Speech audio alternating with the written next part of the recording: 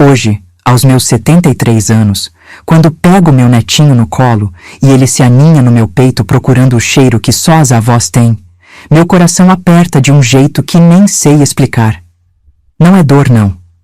É uma saudade misturada com gratidão, sabe? Porque eu sei o que é não ter colo nenhum para se aninhar. Lembro como se fosse ontem daquele dia de setembro, quando eu ainda era pequena. Devia ter uns 8 anos, não mais que isso. O sol estava batendo forte na nossa casinha de madeira lá na Vila Esperança, periferia de Belo Horizonte. Minha mãe, Dalva, estava arrumando umas roupas numa sacola velha de feira, aquelas de tecido grosso que a gente usava para carregar compra. Neide, vem cá, minha filha. Ela me chamou, mas a voz dela estava diferente. Sabe quando a pessoa está falando, mas parece que as palavras estão vindo de longe? Era assim. Eu estava brincando no quintal com boneca de sabugo de milho que eu mesma tinha feito, inventando que era a mamãe dela. Corri para dentro da casa, os pés descalços fazendo barulho no chão de terra batida. O que foi, mãe? Ela se abaixou na minha altura, segurou meus ombrinhos com as 2 mãos. As mãos dela estavam tremendo. Eu sentia através do meu vestidinho de chitão desbotado. Os olhos dela estavam vermelhos, inchados, como se tivesse chorado a noite toda. Filha, a mamãe precisa ir embora por um tempo. Meu coração deu um pulo. Criança não entende essas coisas direito, mas sente... Ah, como sente. É como se o mundo inteiro mudasse de cor de uma hora para outra. Eu vou junto, mãe, falei, já correndo pegar minha boneca. Não, minha pequena. A voz dela quebrou. Você vai ficar com a Dona Geralda. Ela prometeu que vai cuidar bem de você. Dona Geralda era nossa vizinha, uma mulher alta e magra, com o rosto sempre fechado e as mãos grandes, cheias de calos. Ela tinha uma casa maior que a nossa, de tijolo, com 3 quartos e uma cozinha separada da sala. Para mim, aquilo parecia um palácio. Mas eu não queria palácio nenhum. Eu queria minha mãe. Por que eu não posso ir com você? Perguntei, e já senti os olhos enchendo d'água. Minha mãe me puxou pro colo, me apertou contra o peito dela. Eu sentia o cheiro dela. Um cheiro doce de sabonete de coco, misturado com o perfume barato que ela usava nas ocasiões especiais. Sentia o coração dela batendo descompassado, como um passarinho preso numa gaiola. Porque a mamãe está com uns problemas, filha, e não quero que você sofra junto comigo. Ela mentiu. Hoje eu sei que mentiu, mas uma criança de 8 anos acredita na mãe, né? A gente sempre acredita que a mãe sabe o que é melhor pra gente. O que eu não sabia é que por um tempo ia virar para sempre. Dona Geralda apareceu na porta naquele mesmo dia, no final da tarde. Veio buscar minhas coisas, que cabiam numa sacola só, e me levar. Minha mãe beijou minha testa, disse que voltaria logo, que eu tinha que ser uma menina boa e obediente. Promete que vai voltar? Perguntei, segurando forte na saia dela. Prometo, minha filha. Prometo. Ela subiu no ônibus que passava na rua principal da vila. Eu fiquei na janela da casa da Dona Geralda, vendo até o ônibus virar a esquina e sumir. Esperei ela acenar pela janela, fazer algum gesto de despedida. Mas ela não olhou para trás nenhuma vez. Aquela foi a última vez que vi minha mãe por mais de 60 anos. Os primeiros dias na casa da Dona Geralda foram os mais estranhos da minha vida. Ela me deu um colchão fino para dormir no quartinho dos fundos, junto com os baldes e vassouras. Disse que eu não podia brincar na sala, que criança tinha que ficar no seu lugar. Sua mãe me disse que você sabe ajudar em casa, ela falou no segundo dia, me entregando um balde e um pano de chão. Então é melhor você ir se acostumando. Aqui não tem moleza para ninguém. Eu mal conseguia carregar o balde cheio d'água, mas aprendi rápido. Criança aprende tudo rápido quando precisa. Acordava cedo para varrer o quintal antes da Dona Geralda levantar. Lavava a louça do café numa banqueta para alcançar a pia, passava pano no chão da casa inteira. A Dona Geralda tinha 2 filhos.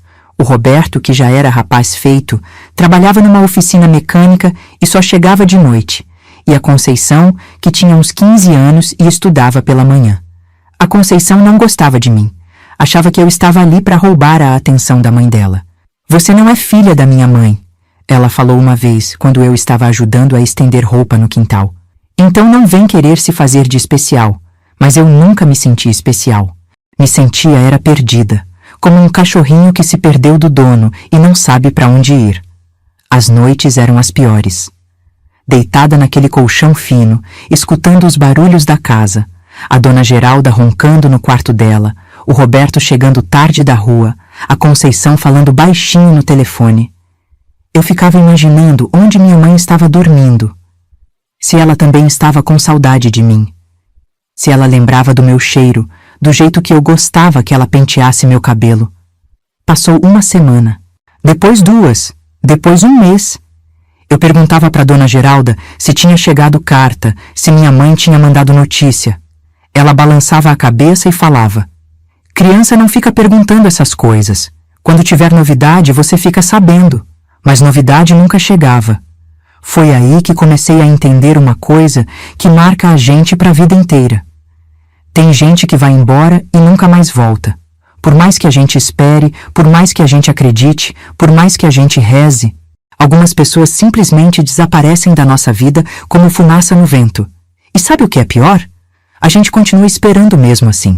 Essas memórias às vezes ainda me doem, mas acho que merecem ser contadas.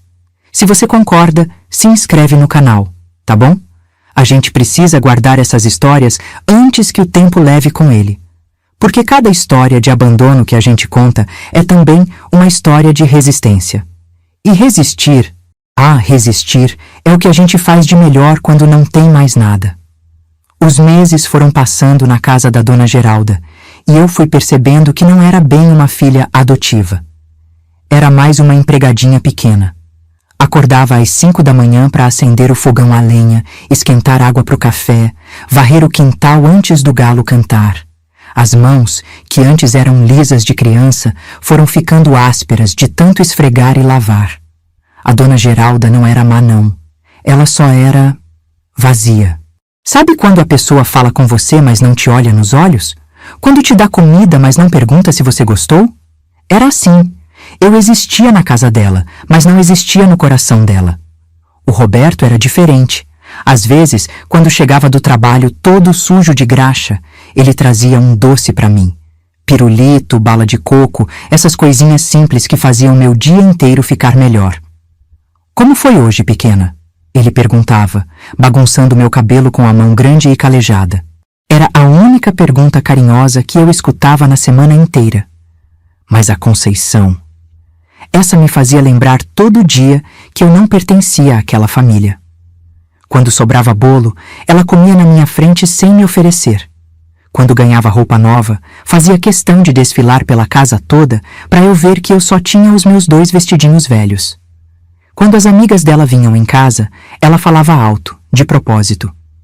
Essa aí é só uma menina que minha mãe está criando por caridade, não é nada nossa. Caridade. Essa palavra ficou gravada na minha mente como ferro em brasa. Eu era uma caridade, um favor que a dona Geralda estava fazendo. Não um amor, não uma escolha, uma obrigação. Mas sabe o que acontece com criança que cresce achando que é um fardo? Ela aprende a se fazer útil de qualquer jeito, só para não ser mandada embora. Eu lavava, passava, cozinhava, cuidava do quintal, fazia tudo com o capricho de quem está tentando merecer um lugar no mundo. E toda noite, antes de dormir, eu olhava pela janelinha do meu quartinho para os fundos e fazia a mesma promessa. Amanhã minha mãe volta. Amanhã ela aparece na porta e me leva embora. 5 anos se passaram assim. 5 anos de amanhãs que nunca chegavam. Quando completei 13 anos, ninguém lembrou. Nem bolo, nem parabéns, nem sequer um feliz aniversário da dona Geralda.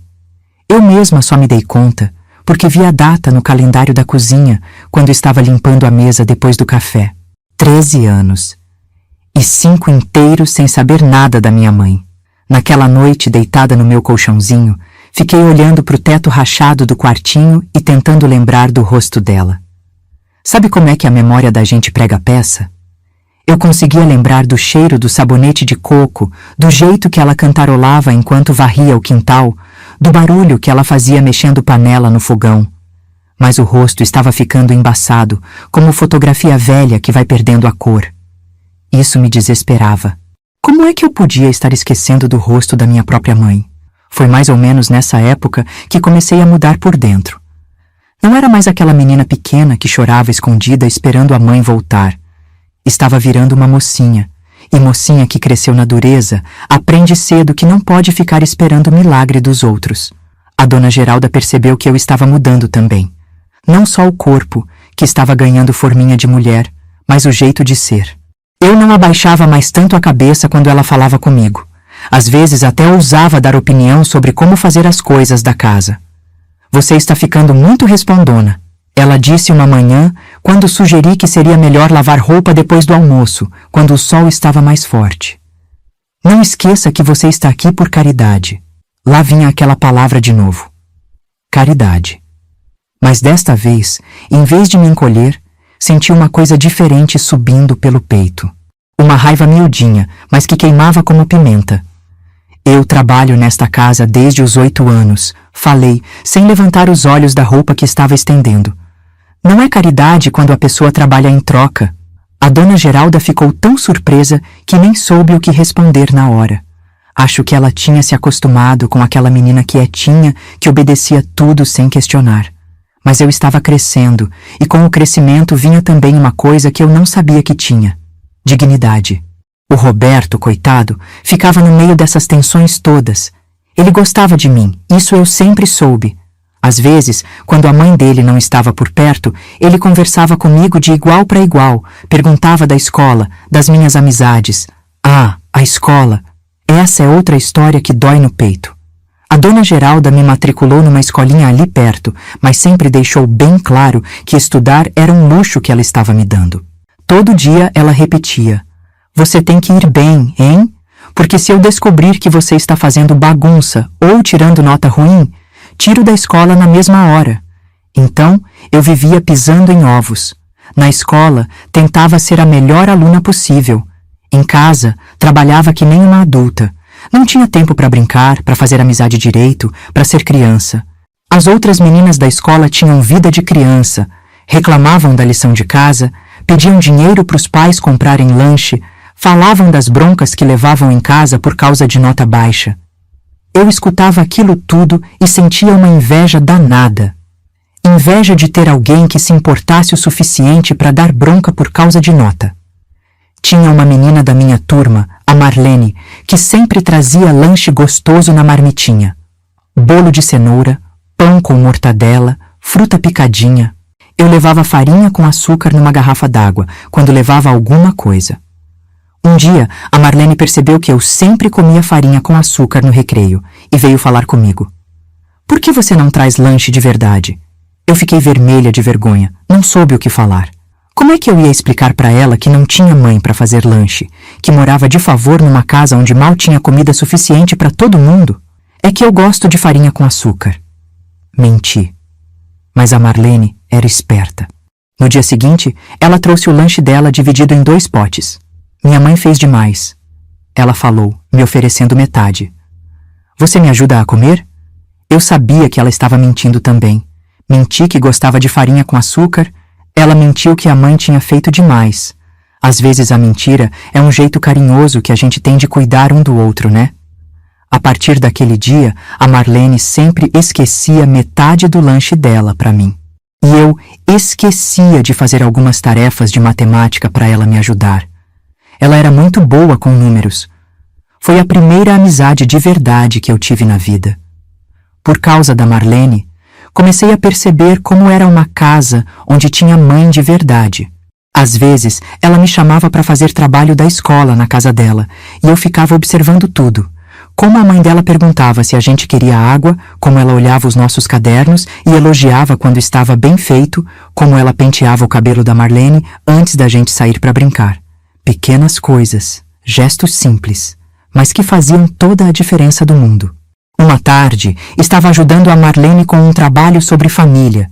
Tinha que desenhar a árvore genealógica e escrever sobre cada pessoa.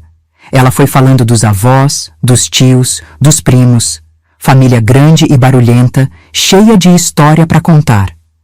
Quando chegou a minha vez, fiquei ali parada com o lápis na mão, sem saber o que escrever. "Cadê sua família, Neide?" "Não tenho", falei baixinho. "Como assim não tem? Todo mundo tem família." Como é que eu ia explicar? Que minha mãe tinha me deixado e sumido no mundo? Que eu morava numa casa onde não era filha de ninguém?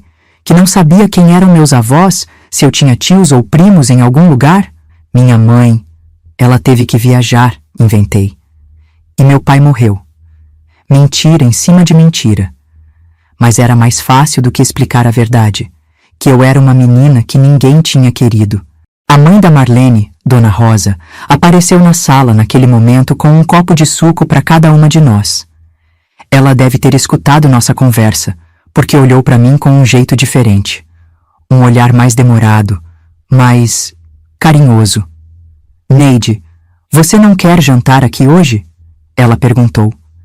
Fiz um frango assado que ficou uma delícia. Eu queria muito, mas sabia que a Dona Geralda estava me esperando em casa para ajudar com o jantar dela. Não posso, Dona Rosa. Obrigada mesmo assim. Então leva um prato para você. Ela insistiu. E já foi correndo para a cozinha. Voltou com um prato coberto com pano de prato. E não aceito não como resposta. Naquela noite, quando cheguei em casa com o prato de comida, a Dona Geralda ficou desconfiada. De onde veio essa comida? A mãe da Marlene mandou. E por que ela mandaria comida para você? Eu não soube o que responder. Será que era tão estranho assim alguém fazer um carinho para mim? Será que eu parecia tão necessitada que as pessoas sentiam pena só de olhar? A Dona Geralda pegou o prato das minhas mãos e colocou na geladeira. Vai comer no almoço de amanhã. Agora vem ajudar a fazer a janta. Nem provei daquele frango assado. E no dia seguinte, quando fui esquentar o prato no almoço, descobri que alguém, não sei se foi a Conceição ou a própria Dona Geralda, já tinha comido metade. Foi naquela hora que entendi uma coisa que carrego até hoje. Tem gente que não suporta ver os outros recebendo carinho. Como se o carinho fosse uma coisa limitada e se alguém recebe um pouquinho, sobra menos para os outros. Mas também entendi outra coisa. Eu merecia carinho. Merecia gente que olhasse para mim e pensasse, vou fazer um agrado para essa menina. Merecia ser tratada como gente, não como um favor que alguém estava fazendo. E foi mais ou menos aí, aos 13 anos, que comecei a sonhar em sair daquela casa. Não sabia como, não sabia quando, não sabia para onde, mas sabia que um dia eu ia embora. E quando fosse, ia ser por escolha minha, não porque alguém tinha me abandonado. Ia ser eu quem ia decidir o meu destino. Foi numa quinta-feira de março que minha vida mudou completamente. Eu tinha acabado de completar 15 anos. E dessa vez eu mesma fiz questão de lembrar. Comprei um bombom no armazém da esquina e comi escondida, fingindo que era bolo de aniversário. Estava varrendo o quintal da Dona Geralda quando ouvi vozes conhecidas na casa ao lado. Era a Dona Cida, uma vizinha que sempre gostou de fofocar, conversando com a Dona Maria do outro lado da rua. Você soube da Dalva? A voz da Dona Cida chegou até mim por cima do muro. Meu coração parou. Dalva era nome da minha mãe. Que Dalva? Perguntou a Dona Maria. A Dalva que morava aqui na vila, aquela que tinha uma menina pequena? Larguei a vassoura ali mesmo e me escondi atrás da mangueira, perto do muro, para escutar melhor. Meu coração estava batendo tão forte que eu tinha medo que elas ouvissem. Ah, lembro sim. Ela não sumiu faz uns anos? Deixou a filha e nunca mais apareceu? Pois é. A Dona Cida baixou a voz, mas eu ainda conseguia escutar. Ah, encontrei ela ontem no centro da cidade. Está morando lá pros lados da Lagoinha, num barraco de favor. E sabe o pior? O quê? Ela está doente. Muito doente. Magrinha que nem palito, tossindo sangue. Parece que está com aquela doença ruim no peito. Tuberculose. Mesmo sem elas falarem a palavra, eu sabia. Era uma doença que matava muita gente pobre na nossa região. E a menina? Ela perguntou da menina? Prendi a respiração esperando a resposta. Perguntou nada. Quando eu falei que a filha dela estava sendo criada pela Geralda, ela ficou toda sem graça e mudou de assunto, como se não quisesse nem lembrar. Senti como se alguém tivesse me dado um soco no estômago. Minha mãe estava ali, pertinho, doente, e não queria nem lembrar de mim. Coitada da criança, suspirou a Dona Maria. Crescer sem mãe é triste demais. Ah, mas a Geralda cuida bem dela. A menina trabalha feito uma danada, ajuda em tudo na casa. Virou uma mocinha prestativa. Prestativa. Era assim que as pessoas me viam. Não como uma filha que tinha sido abandonada, não como uma criança que merecia carinho, mas como uma menina prestativa que trabalhava feito uma danada. Fiquei ali parada atrás da mangueira até as duas se despedirem e cada uma entrar na sua casa. Quando o quintal ficou em silêncio, comecei a chorar. Mas não era um choro de criança pequena, sabe? Era um choro de quem estava entendendo certas coisas pela primeira vez. Minha mãe não tinha sumido no mundo. Ela estava ali, a poucos quilômetros de mim, e não tinha me procurado nenhuma vez em 7 anos. Pior, quando soube que eu estava bem, sendo cuidada, ela ficou aliviada, como se eu fosse um problema que ela tinha resolvido e não queria mais pensar no assunto. Aquela noite não consegui dormir. Ficava imaginando ela no barraco da Lagoinha, doente, tossindo sangue, e ao mesmo tempo sentia uma raiva danada de ela nunca ter vindo me ver. Nem quando estava com saúde, nem agora que estava doente. Por que é que mãe abandona filho? Essa pergunta martelava na minha cabeça sem parar. Eu tentava inventar desculpas para ela. Talvez não tivesse condições de me criar, talvez achasse que eu estaria melhor com a dona Geralda, talvez... Mas no fundo, eu sabia a verdade. Ela não queria ser mãe. Simples assim. Algumas pessoas não nascem com esse instinto maternal que todo mundo fala que é natural. E eu tinha a azar de ser filha de uma dessas pessoas. No dia seguinte, tomei uma decisão que mudou minha vida. Eu ia procurar minha mãe. Não para fazer drama, não para cobrar nada dela, mas para olhar nos olhos dela e entender quem eu era de verdade.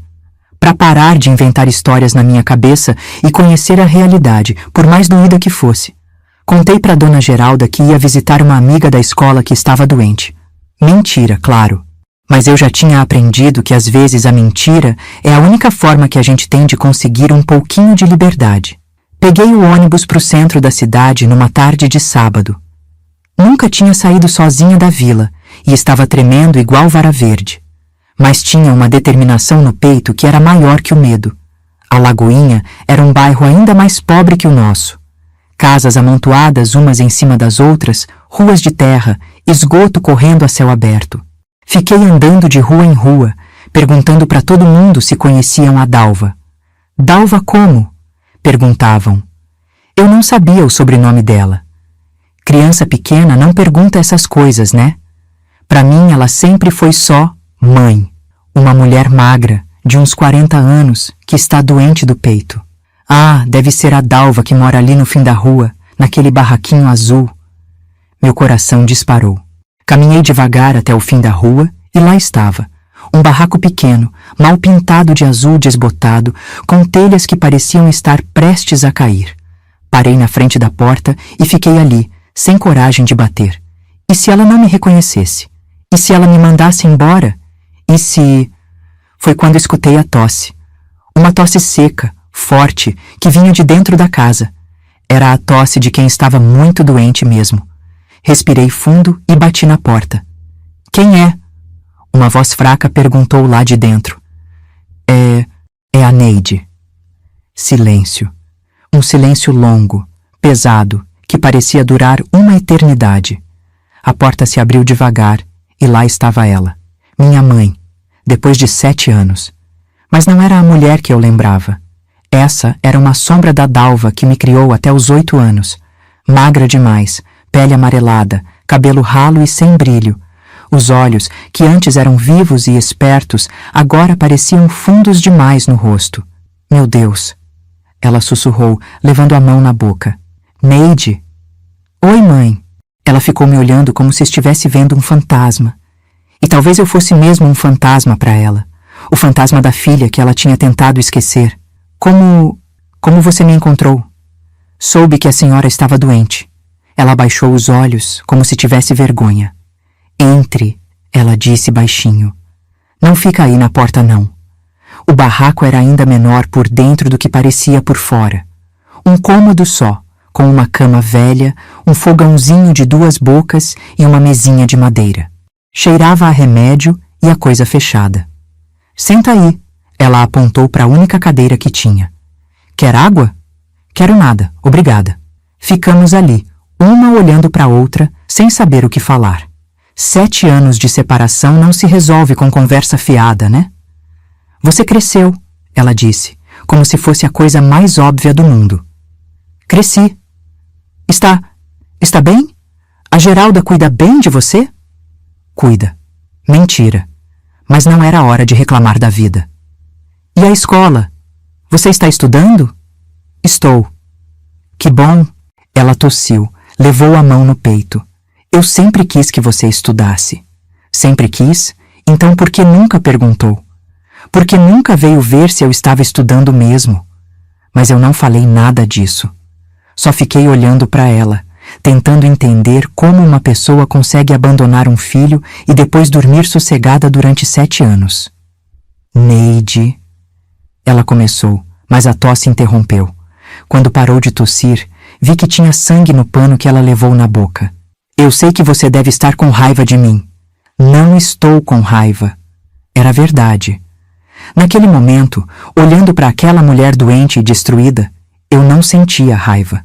Sentia vazio, como se estivesse olhando para uma estranha que acontecia de ter o mesmo sangue que eu. Eu não conseguia te criar sozinha. Ela continuou. Seu pai tinha ido embora. Eu não tinha trabalho, não tinha ninguém para me ajudar. Achei que você ia ficar melhor com a Geralda. E ficou? Ela me olhou sem entender. Ficou melhor para a senhora também?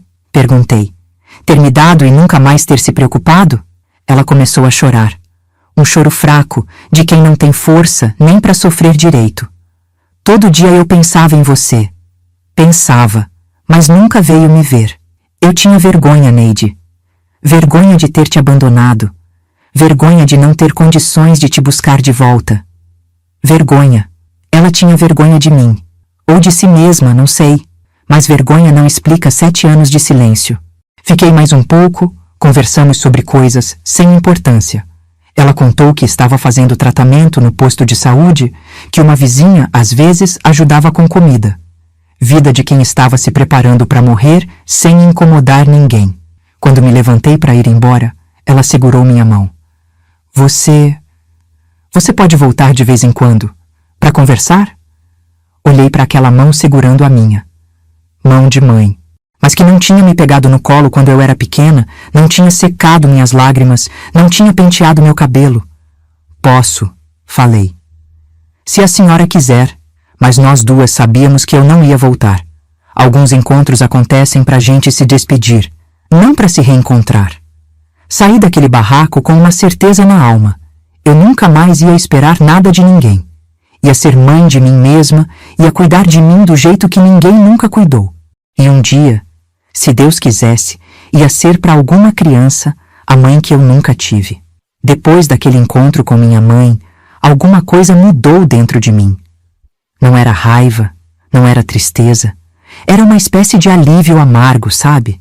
Como quando você para de esperar uma coisa que nunca ia acontecer mesmo. Cheguei em casa naquela tarde de sábado com o coração mais leve e mais pesado ao mesmo tempo. Leve porque finalmente eu sabia a verdade. Pesado porque a verdade era dura de engolir. A dona Geralda nem perguntou onde eu tinha ido. Ela nunca perguntava nada sobre a minha vida mesmo. Só queria saber se eu tinha feito as tarefas da casa.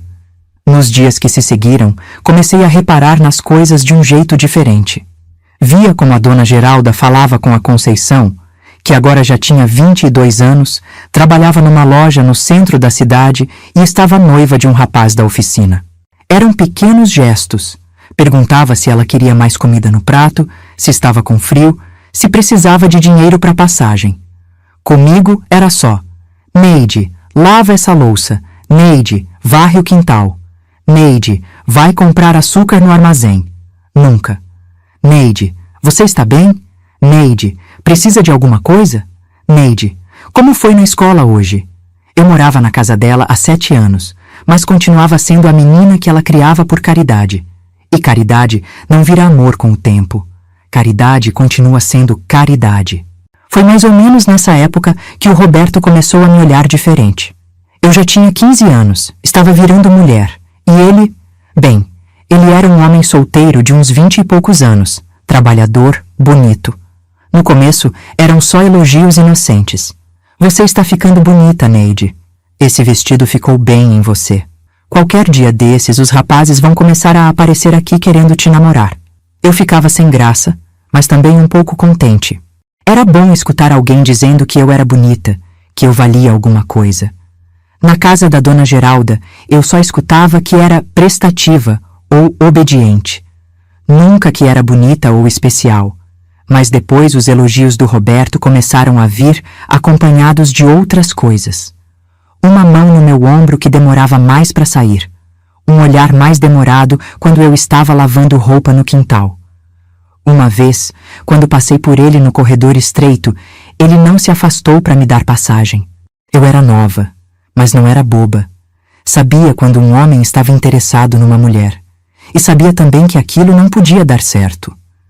Roberto era um bom rapaz, trabalhador, respeitoso. Mas eu morava na casa da mãe dele. Se alguma coisa acontecesse entre nós, mesmo que fosse só um namoro honesto, ia dar confusão. A dona Geralda ia achar que eu estava me aproveitando da bondade dela, que estava tentando pescar o filho dela. Além do mais, eu tinha outros planos.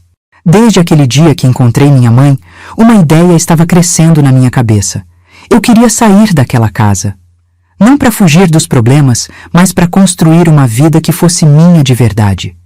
Tinha economizado uns trocados do dinheiro que a dona Geralda às vezes me dava para comprar coisas no armazém. Sempre sobrava alguma moedinha e eu guardava numa lata de leite condensado escondida debaixo do meu colchão. Não era muito, mas era um começo. Meu plano era simples: terminar os estudos, arrumar um emprego e alugar um quartinho só meu. Não precisava ser grande nem bonito, só precisava ser meu. Mas a vida tem um jeito de complicar os planos da gente, né? Uma noite, eu estava lavando a louça do jantar quando o Roberto entrou na cozinha. A dona Geralda e a Conceição tinham ido visitar uma parenta e não iam voltar tão cedo. Precisa de ajuda? Ele perguntou, chegando mais perto. Não, obrigada. Já estou terminando. Ele ficou ali parado, me olhando enquanto eu enxaguava os pratos. Quando terminei e me virei para guardar a louça no armário, ele estava bem atrás de mim. Neide! Que foi, Roberto? Você já pensou em casar? A pergunta me pegou de surpresa. Casar?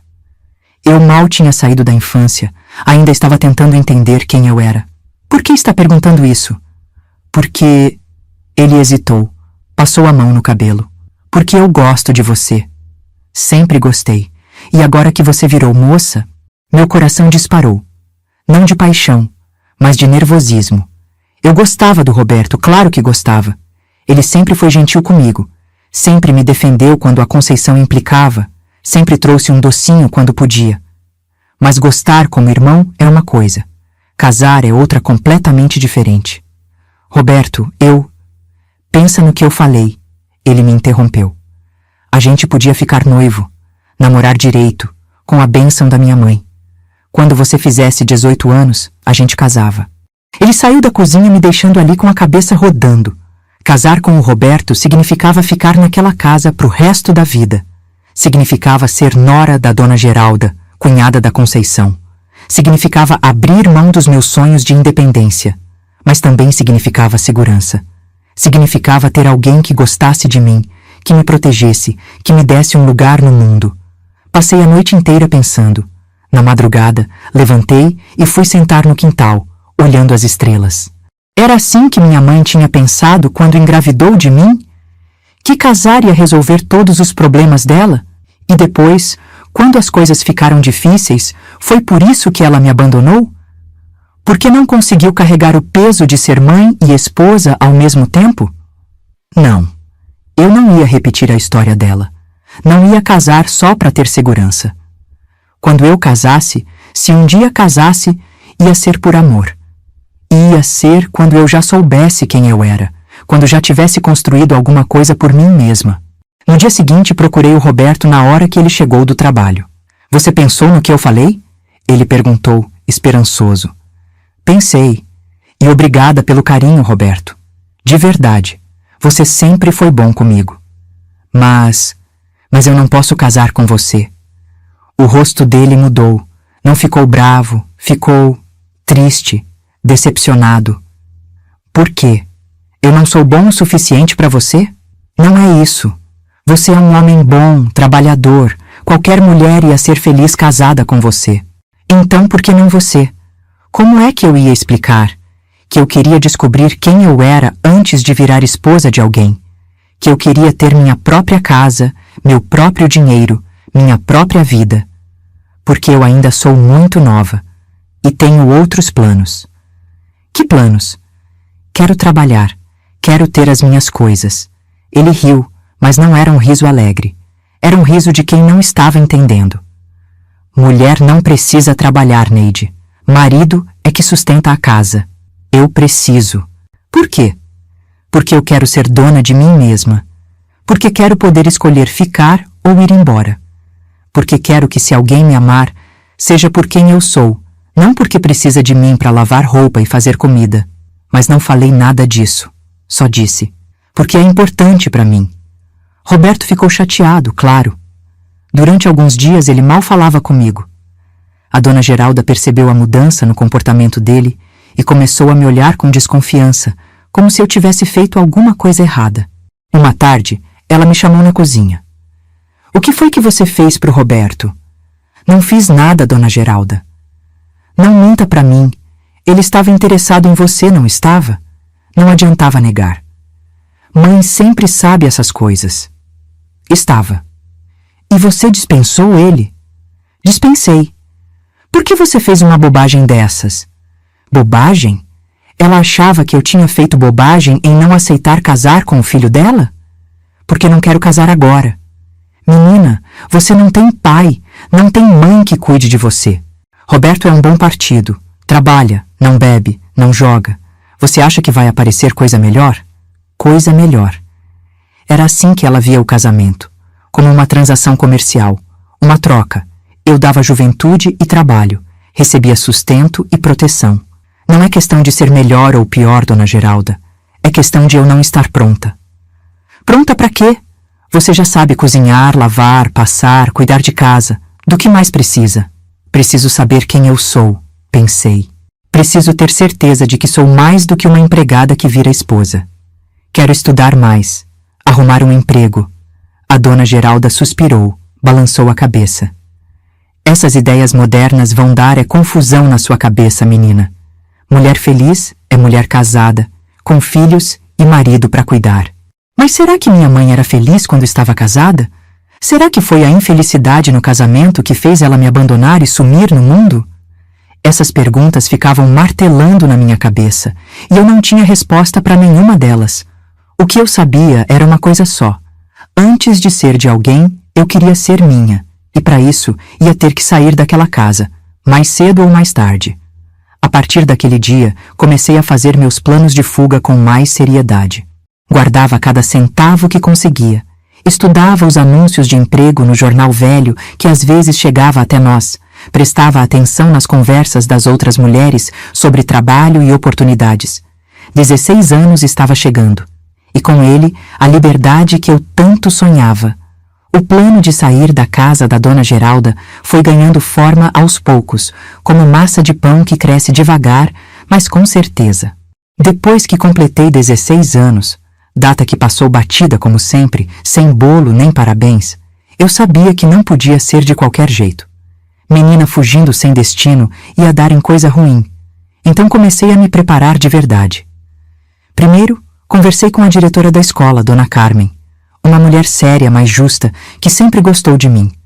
Contei para ela, não tudo, claro, mas o suficiente, que precisava arrumar um trabalho. Você não pode parar de estudar, Neide, ela disse, tirando os óculos e me olhando com aquele jeito maternal que ela tinha. Uma menina inteligente como você tem que terminar pelo menos o ginásio. Eu sei, dona Carmen, mas preciso trabalhar. E estudar também, se der. Ela ficou pensativa por um tempo, mexendo nos papéis da mesa. Tem uma família aqui no bairro, os Silva, que estão procurando uma moça para ajudar com os filhos pequenos e a casa. Pagam pouco, mas é um trabalho honesto. E eles deixariam você estudar à noite. Meu coração deu um pulo. Era exatamente o que eu precisava. A senhora pode falar com eles? Posso. Mas você tem certeza que é isso mesmo que quer? Trabalhar em casa de família não é fácil, menina. Eu quase ri. Se ela soubesse que eu trabalhava em casa de família desde os 8 anos... Tenho certeza. E a dona Geralda? Ela sabe dos seus planos? Ainda não. Quero ter certeza de que deu certo antes de contar para ela. A dona Carmen marcou uma conversa para mim com a família Silva. Seu João trabalhava numa fábrica, dona Lúcia cuidava da casa e dos 3 filhos pequenos, mas estava precisando de ajuda porque estava esperando o 4º bebê. Quando fui na casa deles numa tarde de sábado, gostei na hora.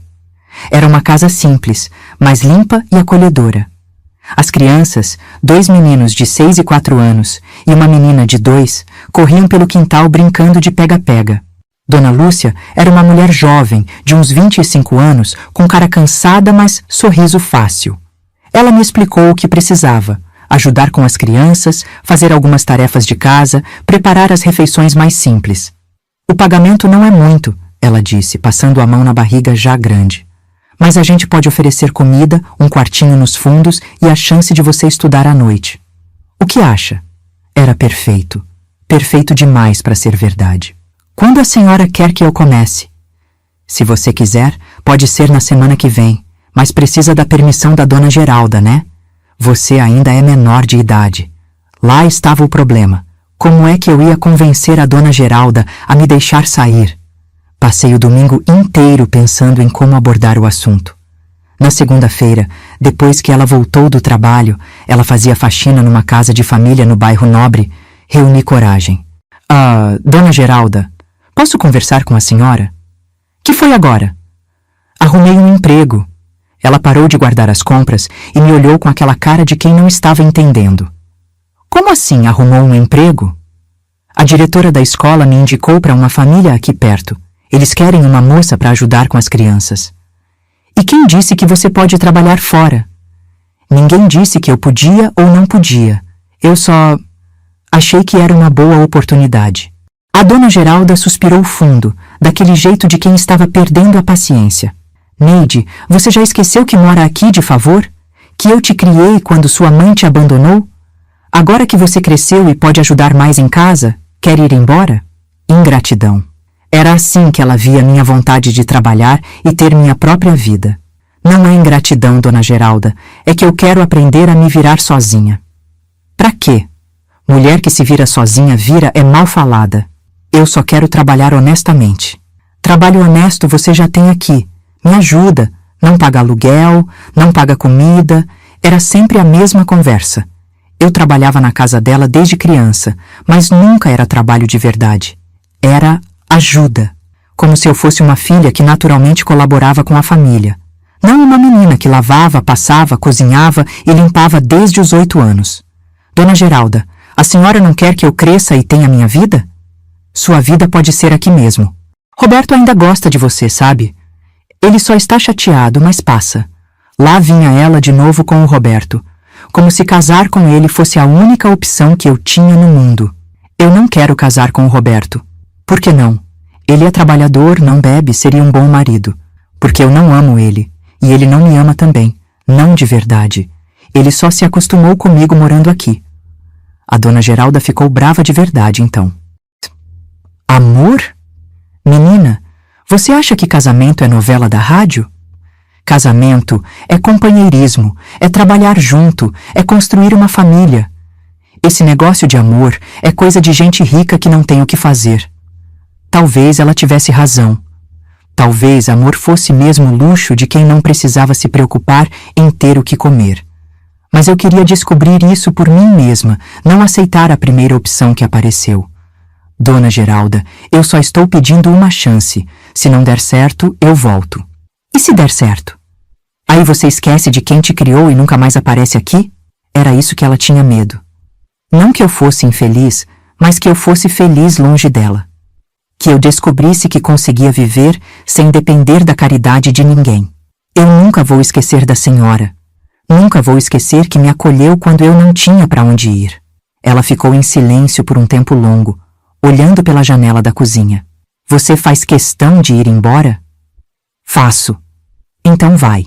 Mas quando se arrepender, Não venha chorando aqui pedindo para voltar. Não era uma bênção, mas era uma permissão, e era tudo o que eu precisava. Naquela noite, arrumei minhas poucas coisas numa trouxa de roupa. Não tinha muito. 3 vestidos, 2 mudas de roupa de baixo, um par de sapatos além do que estava no pé e a lata com as moedinhas que tinha juntado. O Roberto apareceu no meu quarto quando eu estava terminando de arrumar tudo. É verdade que você vai embora? É. Por minha causa? Olhei para ele, esse homem bom que nunca me fez mal nenhum, que sempre foi gentil comigo. Não, Roberto, não é por sua causa. Então por quê? Como explicar que eu precisava saber se conseguia ficar em pé sozinha? Que queria descobrir quem eu era quando não precisava ser grata a ninguém? Porque eu preciso crescer. Ele balançou a cabeça como se não entendesse. Você vai sentir falta daqui. Vou, eu disse, e era verdade. Mas vou sentir falta da família que vocês foram para mim, não da vida que eu tinha aqui. Na manhã seguinte, me despedi da dona Geralda na cozinha. Ela não me abraçou, não chorou, não fez drama. Só disse, cuida de você, menina. O mundo lá fora não é fácil para mulher sozinha. Eu sei. Obrigada por tudo, dona Geralda. E saí pela porta da frente carregando minha trouxa e meu futuro incerto. Quando cheguei na casa da família Silva, Dona Lúcia me recebeu com um sorriso verdadeiro e me mostrou o quartinho que seria meu. Era pequeno, tinha só uma cama de solteiro, uma mesinha e um guarda-roupa de 2 portas. Mas tinha uma janela que dava para o quintal, onde eu podia ver as crianças brincando. E pela primeira vez na vida, aquele espaço era meu, completamente meu. Sabe, gente, é difícil explicar o que significa ter um cantinho só seu quando você nunca teve. É como se você finalmente tivesse um lugar no mundo que ninguém pode tirar de você.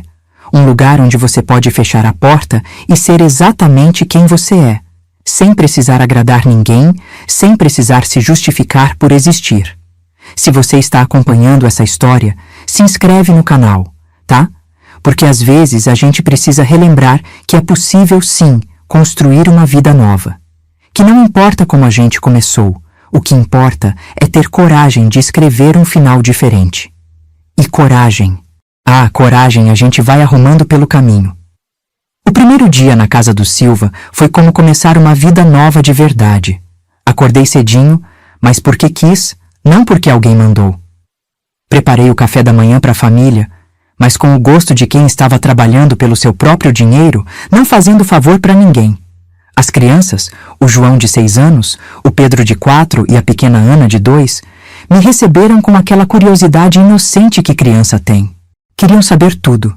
De onde eu vinha, se eu sabia brincar de esconde-esconde, se eu ia dormir ali mesmo. Você vai ser nossa babá? Perguntou o João, me olhando com aqueles olhos espertos. Vou ajudar a mamãe de vocês a cuidar de vocês, expliquei. E vocês vão me ajudar também, tá bom? Como a gente vai te ajudar? Quis saber o Pedro. Sendo bonzinhos, obedecendo e me ensinando as brincadeiras que vocês gostam. A pequena Ana, que ainda não falava direito, veio e segurou na minha saia, olhando para mim com aquele jeito confiante que criança pequena tem. E eu senti uma coisa no peito que nunca tinha sentido antes. Alguém estava precisando de mim, não como empregada, mas como cuidadora, como alguém importante na vida deles. Seu João chegou do trabalho no fim da tarde, cansado, mas de bom humor. Era um homem simples, de poucas palavras, mas se via que gostava da família. Como foi o primeiro dia? Ele perguntou para Dona Lúcia, mas olhando para mim também. A Neide é uma bênção, disse Dona Lúcia, sorrindo. As crianças já estão apaixonadas por ela. À noite, depois que as crianças dormiram, Dona Lúcia me chamou para conversar na cozinha. Neide, posso te fazer uma pergunta pessoal? Pode. Por que você saiu da casa da Dona Geralda? Ela não tratava bem você? Pensei em como responder. Como explicar que Dona Geralda não era má, mas que viver de caridade machuca a alma da gente? Ela me criou quando minha mãe me abandonou. Sempre me deu casa e comida. Mas eu queria ter minha própria vida, sabe? Trabalhar pelo meu dinheiro, estudar, crescer. Dona Lúcia assentiu, como se entendesse perfeitamente. Eu também saí da casa dos meus pais cedo. É difícil, mas é assim que a gente aprende a ser gente grande. Gente grande. Era isso que eu queria ser. Não a menina abandonada que vivia de favor. Não a moça que casava para ter segurança. Gente grande que escolhia sua própria vida. Naquela primeira noite no meu quartinho, deitada na minha cama nova, olhando pela janela para as estrelas que pareciam mais brilhantes dali, fiz uma promessa para mim mesma. Nunca mais ia deixar ninguém decidir o meu destino por mim. Nunca mais ia aceitar migalhas de carinho como se fosse festa. E um dia, quando fosse mãe, ia ser o tipo de mãe que eu sempre quis ter. Presente, carinhosa, que nunca abandona. Porque às vezes a gente precisa se criar sozinha para aprender como criar os outros com amor. Os anos que se seguiram na casa da família Silva foram os mais felizes da minha juventude. Não eram anos fáceis, não. Trabalhar, estudar à noite e cuidar de 3 crianças pequenas não era brincadeira. Mas eram anos meus, sabe? Cada dia que passava, eu sentia que estava construindo alguma coisa com as minhas próprias mãos. Dona Lúcia teve o bebê, uma menina linda que chamaram de Rosa, e eu ajudei nos primeiros meses difíceis. Ver aquela mulher cuidando dos filhos com tanto carinho me ensinou coisas que livro nenhum ensina. Como que mãe de verdade age, como que amor de mãe parece. Foi na casa do Silva que aprendi que família não é só sangue, é cuidado, é presença. É escolher todo dia ficar do lado de quem a gente ama. Terminei os estudos, consegui um emprego melhor numa loja de tecidos no centro da cidade e aos 20 anos me casei com um rapaz bom chamado Antônio, que conheci na igreja que eu frequentava. Não foi aquele amor de filme, mas era um amor verdadeiro, construído no dia a dia, feito de respeito e companheirismo. Com o Antônio, tive 3 filhos, Maria, José e Paulo. E juro para vocês que cada vez que segurava um desses bebês nos braços, eu fazia a mesma promessa. Você nunca vai se sentir abandonado, nunca vai duvidar que é amado, nunca vai ter que implorar por um lugar no mundo. Criei meus filhos com todo o amor que eu não recebi, cada choro que eu consolei, cada joelho ralado que eu curei, cada medo que eu afastei. Tudo isso era também um jeito de curar a menina abandonada que morava dentro de mim. Os anos passaram. Os filhos cresceram, casaram, me deram netos. O Antônio morreu quando eu tinha 65 anos. Infarto súbito, dessas coisas que a gente nunca está preparado. Chorei muito, senti muita falta dele. Mas não me senti perdida como aquela menina de 8 anos. Eu tinha construído uma vida sólida, tinha raízes profundas. E foi aos 70 anos que recebi um telefonema que mudou tudo de novo. Era uma tarde de quinta-feira. Eu estava na cozinha fazendo doce de mamão para levar para os netos no fim de semana, quando o telefone tocou. Alô? A senhora é Neide? Sou. Quem está falando? Meu nome é Carlos. Eu sou seu irmão. O mundo parou. Irmão? Eu tinha um irmão? Como assim, irmão? Filho da Dalva, sua mãe, nossa mãe. Sentei na cadeira da cozinha, as pernas tremendo. Nossa mãe. Ela tinha tido outro filho. Eu não sabia que existia, sussurrei. Nem eu sabia de você até semana passada.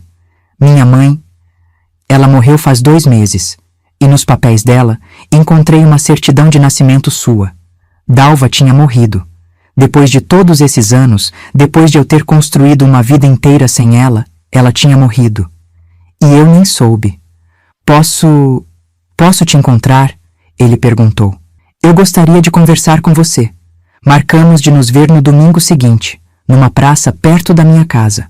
Passei os dias pensando em como seria ele, esse irmão que eu nunca soube que tinha. Será que ele se parecia comigo? Será que nossa mãe tinha cuidado dele melhor do que cuidou de mim? Quando cheguei na praça, reconheci ele na hora. Tinha os mesmos olhos da nossa mãe, o mesmo jeito de inclinar a cabeça quando estava pensando. Era mais novo que eu. Devia ter uns 61 anos. Neide? Carlos. Nos abraçamos ali na praça, 2 estranhos que dividiam o mesmo sangue e a mesma dor. Sentamos num banco e ele me contou a história dele. Nossa mãe tinha engravidado dele quando eu já tinha 12 anos, mas ela nunca mencionou que tinha uma filha. Criou ele sozinha, fazendo faxina, vendendo doce na rua, lutando para sobreviver. Ela era uma mulher difícil, ele disse, olhando para as próprias mãos. Sempre triste, sempre brava com alguma coisa. Bebia às vezes. Nunca me falou do meu pai. Nunca me falou de você. Ela te abandonou também? Não. Ficou comigo até eu fazer 18 anos. Depois eu saí de casa e a gente se falava pouco. Mas ela nunca me largou. Senti uma pontada no peito. Por que ela ficou com ele e não comigo? O que eu tinha feito de errado para merecer o abandono? Como se adivinhasse meus pensamentos, Carlos continuou.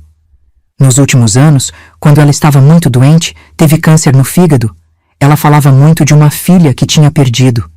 Dizia que tinha feito a pior coisa da vida dela, que não conseguia se perdoar. Ela falava de mim? Falava. Dizia seu nome, contava que você era uma menina esperta, estudiosa, que tinha deixado você com uma vizinha porque não tinha condições de criar 2 filhos, mas que depois teve vergonha de ir buscar. Vergonha. De novo aquela palavra. Ela chegou a me procurar uma vez, contei para ele, quando eu tinha 15 anos. Estava muito doente, morando num barraco. Ela melhorou da tuberculose.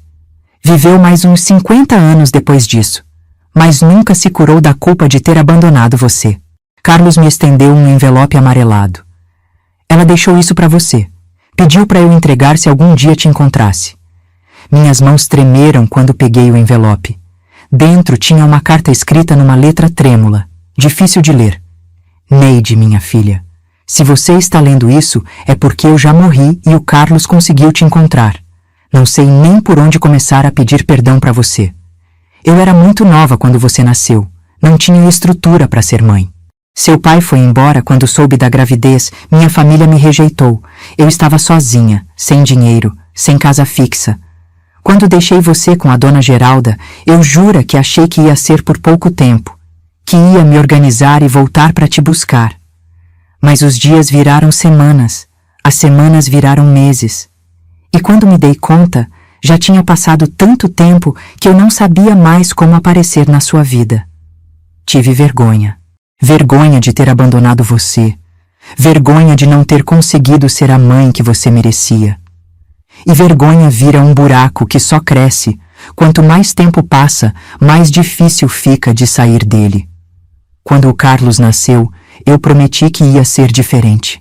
Que ia ficar com ele, não importasse o que acontecesse. E fiquei, mas não um dia passava que eu não pensasse em você, que eu não me perguntasse se você estava bem, se alguém estava cuidando de você com carinho. Sei que você deve me odiar. Sei que não mereço perdão. Mas se algum dia você conseguir me perdoar, saiba que você foi a primeira coisa boa que aconteceu na minha vida. E ter abandonado você foi a pior. Sua mãe que nunca deixou de te amar, Dalva. Chorei ali na praça, na frente do meu irmão que mal conhecia. Chorei pela menina de 8 anos que passou a vida toda se perguntando por que não era digna de amor. Chorei pela mulher de 70 anos que descobriu que sempre foi amada, só que de longe. Mas também chorei de alívio, porque finalmente eu entendia que o abandono não tinha sido culpa minha. Não era porque eu não prestava, não era porque eu não merecia ficar. Era porque uma menina de 20 anos não soube como carregar o peso de ser mãe sozinha. Você consegue perdoar ela? Carlos perguntou quando parei de chorar. Pensei na pergunta dele. Perdoar a mulher que me abandonou quando eu mais precisava dela? Perdoar os anos de me sentir indesejada, de morar de favor, de crescer achando que não tinha valor nenhum? Mas também pensei na vida que eu construí, nos filhos que criei com amor, nos netos que me enchem de alegria, no casamento feliz que tive, nas amigas que fiz, no trabalho que me deu dignidade. Se minha mãe não tivesse me abandonado, eu teria virado a Neide que sou hoje? Teria aprendido a ser forte, independente, a lutar pelo que quero? Teria me tornado uma mãe melhor porque sabia exatamente como não queria ser? Sabe, Carlos, eu acho que perdoar não é sobre ela, é sobre mim. É sobre não carregar mais essa dor, não deixar que o abandono continue me machucando depois de todos esses anos. Ele sorriu, um sorriso triste, mas compreensivo. Ela ficaria feliz em saber disso. Voltei para casa naquela tarde com um coração diferente. Mais leve, mas também mais cheio. Cheio de compreensão, de aceitação, de uma paz que eu nunca tinha sentido antes. Naquela noite, liguei para cada um dos meus filhos e falei uma coisa que nunca tinha falado. Eu amo vocês. E não importa o que aconteça na vida, eu sempre vou amar. Vocês nunca vão estar sozinhos neste mundo. Eles ficaram meio sem graça. A gente não era família de ficar falando eu te amo todo dia. Mas eu precisava falar. Precisava que eles soubessem que tinham o que eu nunca tive. A certeza absoluta do amor da mãe. Hoje, aos 73 anos, quando olho para trás, vejo que minha história não é uma história de abandono. É uma história de encontro. Encontro comigo mesma, com o amor verdadeiro, com a família que escolhi e que me escolheu também. Minha mãe me deu a vida 2 vezes. Primeiro quando me teve, depois quando me abandonou e me obrigou a descobrir que eu era mais forte do que imaginava. E sabe o que é mais bonito? Quebrei o ciclo. Meus filhos nunca vão conhecer a dor do abandono. Meus netos crescem sabendo que são amados incondicionalmente. O amor que não recebi, eu multipliquei e espalhei para todo lado. Às vezes, as piores coisas que acontecem com a gente acabam sendo as que mais nos fazem crescer. O abandono me ensinou a importância da presença. A falta de amor me ensinou a amar melhor. A solidão me ensinou o valor da família. Não digo que foi fácil, não digo que não doeu, mas digo que valeu a pena cada lágrima, cada noite mal dormida, cada momento de dúvida, porque tudo isso me trouxe até aqui, até este lugar de paz onde posso olhar para trás sem raiva e para frente com esperança. E quando meu netinho se aninha no meu colo procurando carinho, eu sei que estou dando para ele não só o amor de avó, mas também todo o amor de mãe que eu gostaria de ter recebido e que aprendi a dar depois de grande.